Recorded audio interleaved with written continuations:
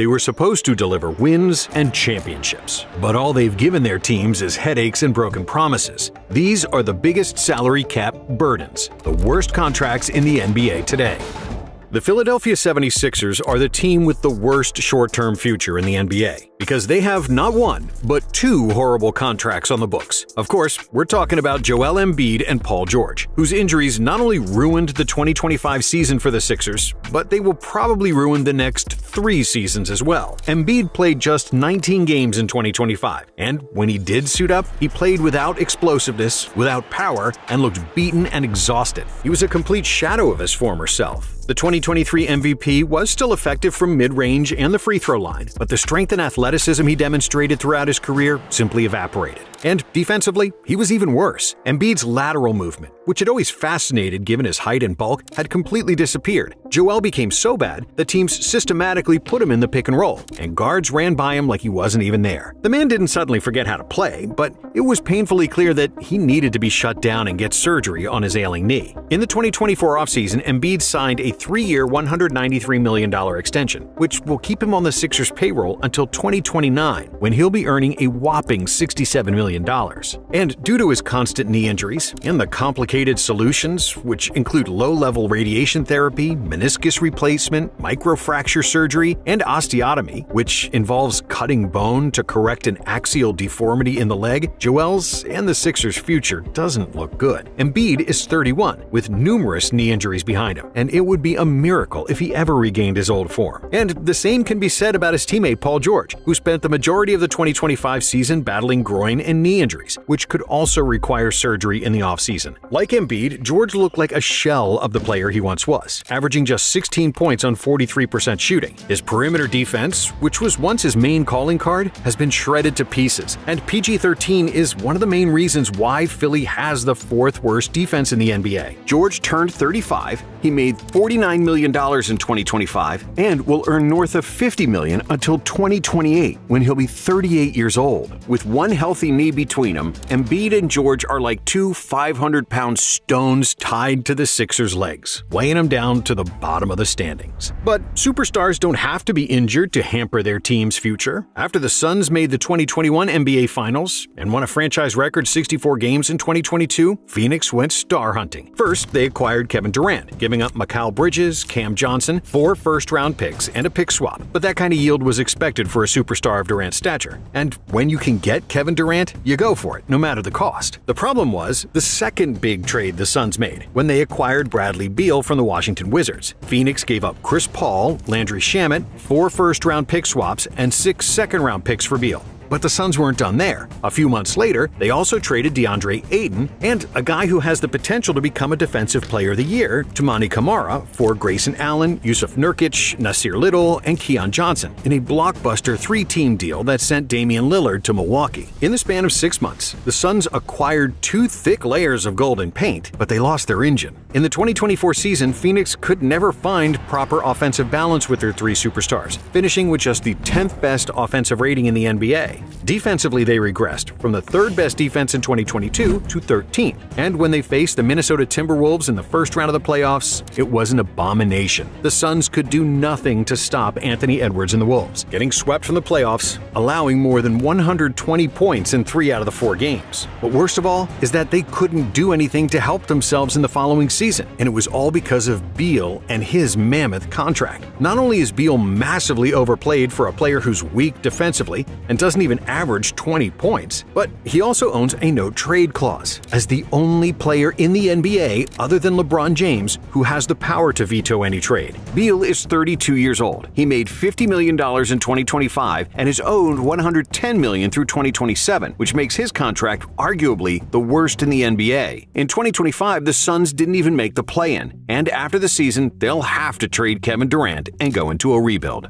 There isn't a team in the NBA dumb enough to trade for Beal, which means the Suns are stuck with him without any future draft picks. However, the Suns aren't the only ones who traded all their picks for a mediocre player. Just look at Minnesota, who made one of the dumbest trades in recent memory when they paid a king's ransom to acquire Rudy Gobert. Granted, Gobert was a 3-time Defensive Player of the Year at the time, and in 2024 he added another with Minnesota. But Gobert is also a limited offensive player, who averaged just 12 points per game throughout his career, with more turnovers than assists. For such a one-dimensional player, the Wolves gave up 5 players, 4 first-round picks, and a pick swap, which is more than the Suns gave up for KD. The modern NBA is an offensive league based on three-point shooting, and to pay such a hefty price for a defensive specialist, it's beyond comprehension. But to make things even worse, 2 of the players that the Wolves gave up are arguably better defenders than Rudy. Like Gobert, Jared Vanderbilt is a defensive specialist, but unlike Rudy, he does most of his work on the perimeter, hounding the best opposing scorers with limitless energy, quick lateral movement, and long arms. In today's NBA, where 40% of all shots come from behind the three-point arc, having strong perimeter defense is arguably more valuable than rim protection. Vanderbilt is also more valuable on the offensive end and can hit the occasional three-pointer. But if Minnesota really wanted a good protector, they already had one in Walker Kessler. Now, to be fair, Kessler was just a rookie who didn't play a single minute of NBA basketball at the time of the trade, and nobody could have predicted how good he was going to be.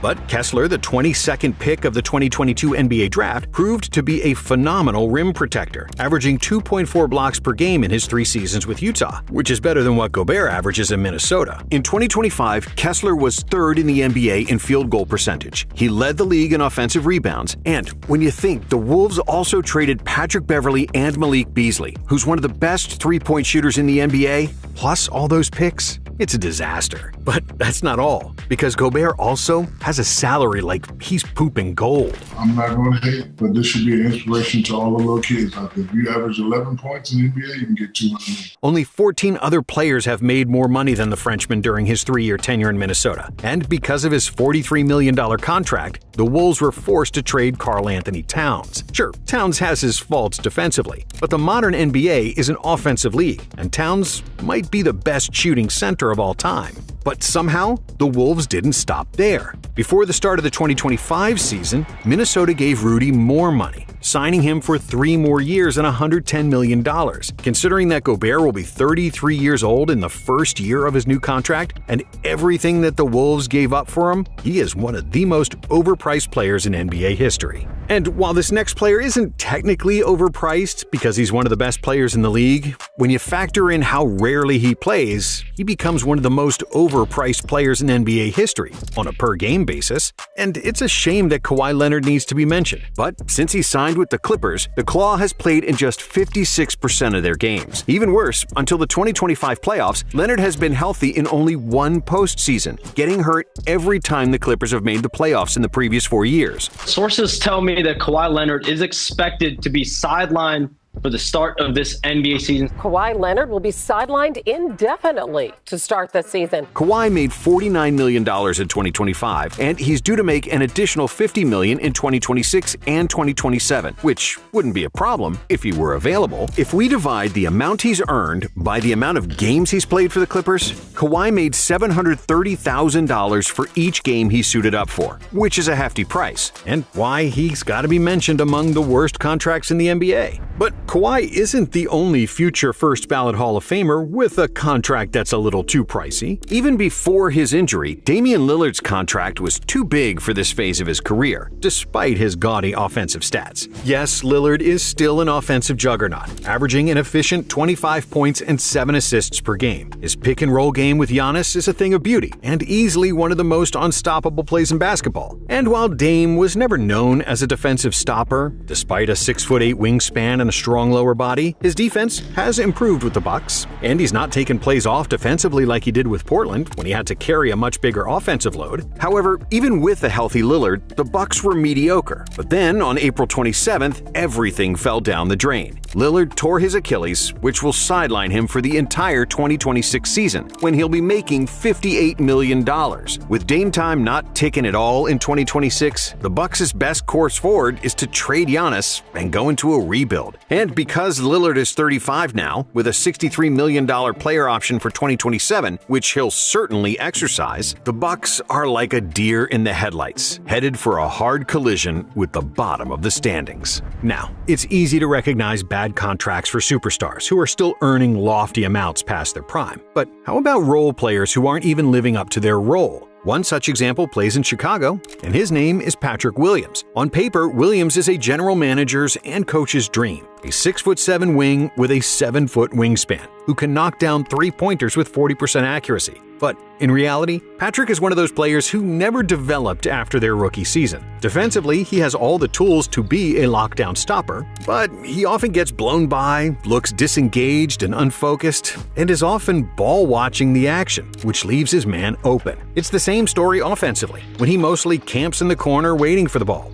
watching the play unfold and not cutting into open spaces. Williams is also an average rebounder for his position and plays like a black hole, offering zero creation when he has the ball. But then the next time he comes down, grabs the ball, and then it's almost like paralysis by analysis. Woo. And then you're like, damn it, son. Now just pass it ahead, because now you're letting valuable time go off the shot clock. He's not physical enough, and at times he looks invisible on the court, just doing cardio and not leaving any imprint on the game. Patrick's averages look exactly the same now in his 5th year as they did when he was a rookie, with one major difference. In his first 4 seasons, he was at least knocking down his shots with 41% shooting from deep. But in 2025, his shot was atrocious. Williams made just 39% of his field goals and 35% behind the arc. Before the 2025 season started, Williams signed a 5-year, $90 million extension. But unfortunately for the Bulls, it looks like he's one of those players who doesn't really love basketball, and his only motivation was to score a big contract. And he's not the only one. Similar to Williams, DeJounte Murray regressed after getting a 4-year, $114 million deal with the Atlanta Hawks. In 2022, while he was still with the Spurs, Murray made an all-star team, led the league in steals, and DeJounte comes away with the steal, and was considered an elite two-way guard. But that was the peak of his career, and the Spurs sniffed it out before everyone else. After his All-Star season, they traded DeJounte to Atlanta for a bunch of picks, fully immersing into tank mode for Victor Wembanyama. The Hawks hoped that Murray would become one half of the best backcourt in the NBA, and that his game would fit perfectly with Trae Young, who's an offensive genius but a below-average defender. But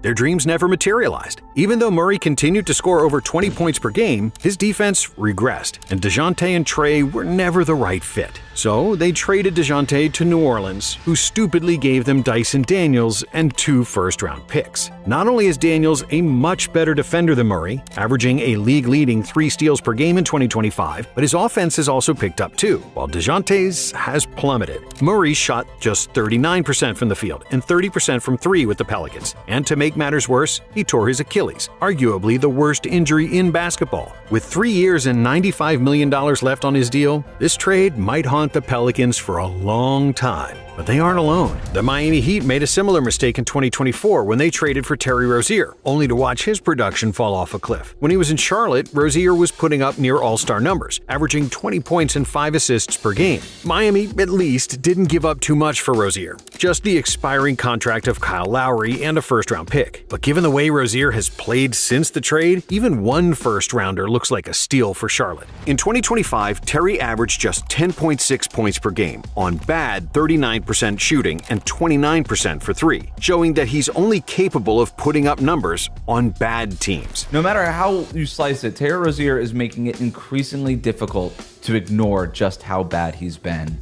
And we're at the point where this nightmare season for him has reached rock bottom. Scary Terry's been almost unplayable at times, and Coach Spoelstra didn't play him at all in the 2025 playoffs. Rozier did not perform at the level that the Heat expected, while earning $25 million this year, with $26 million left on his deal in 2026. Another guy who regressed after he signed a big contract earned $27 million in 2025 and will pocket $133 million more through 2028. It's Jeremy Grant, a player formerly known as a lockdown defender and a knockdown shooter, which is not something we can say anymore. In his first 2 seasons with the Blazers, Grant averaged over 20 points per game, with a 53% effective field goal percentage. But in 2025, he only averaged 14 points, shooting a horrible 37% from the field. And given that he's over 31 years old, with 4 years left on his contract, the Blazers can only hope that his form picks up, because Grant is currently as untradeable as it gets. His teammate DeAndre Ayton is in a similar boat, albeit with a shorter length on his contract. The former #1 pick in the 2018 draft had a few good years with the Suns, But since the 2022 finals, Ayton has regressed year after year. The man who calls himself Dominatin' does very little dominating these days, averaging 14 points per game and playing mediocre defense. Portland had better success with rookie center Donovan Clingan, even though Ayton's the highest paid player on the team, earning $34 million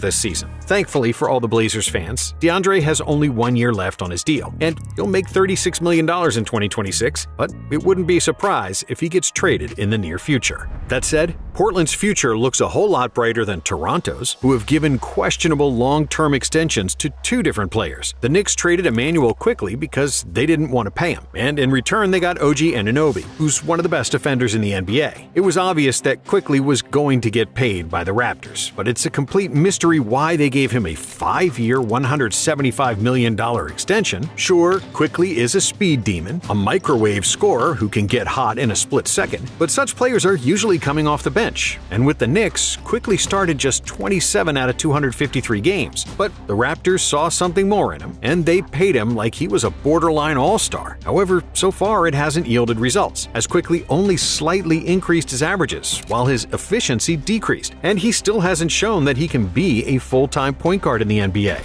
Is he a top-notch facilitator? We haven't really seen that. Is he a bucket getter?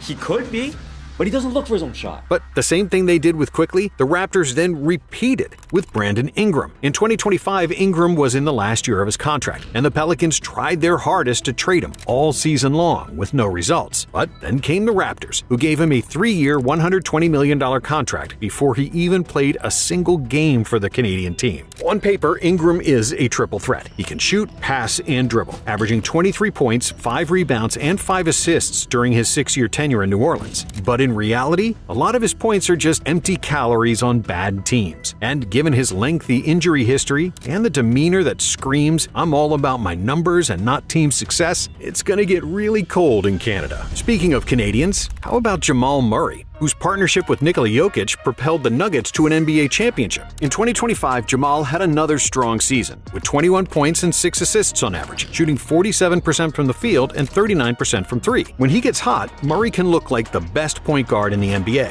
And with the 55 points he scored against Portland, Jamal has the 5th highest scoring performance of 2025. However, the big problem with Murray isn't his play. It's his inability to stay healthy for longer periods. Throughout the last 5 years, the Canadian point guard has battled many injuries, including the ACL tear that forced him to miss the entire 2022 season. In September 24, Murray signed a 4-year, $208 million extension that kicks in next season and will earn him $62 million in 29. And if he manages to stay healthy, that's fine, given his efficiency and chemistry with the Joker. But if he keeps getting hurt, that contract could become a problem for the Nuggets. And it's a lot of money for a player who never made the All-Star team and has never averaged more than 21 points per game. When is he going to raise his level of play to All-Star level? We're not even talking All-NBA, just All-Star level, and help Jokic out. He's averaging about 17 points right now. Thank you for watching. And if you like this video, we have another one for you right here.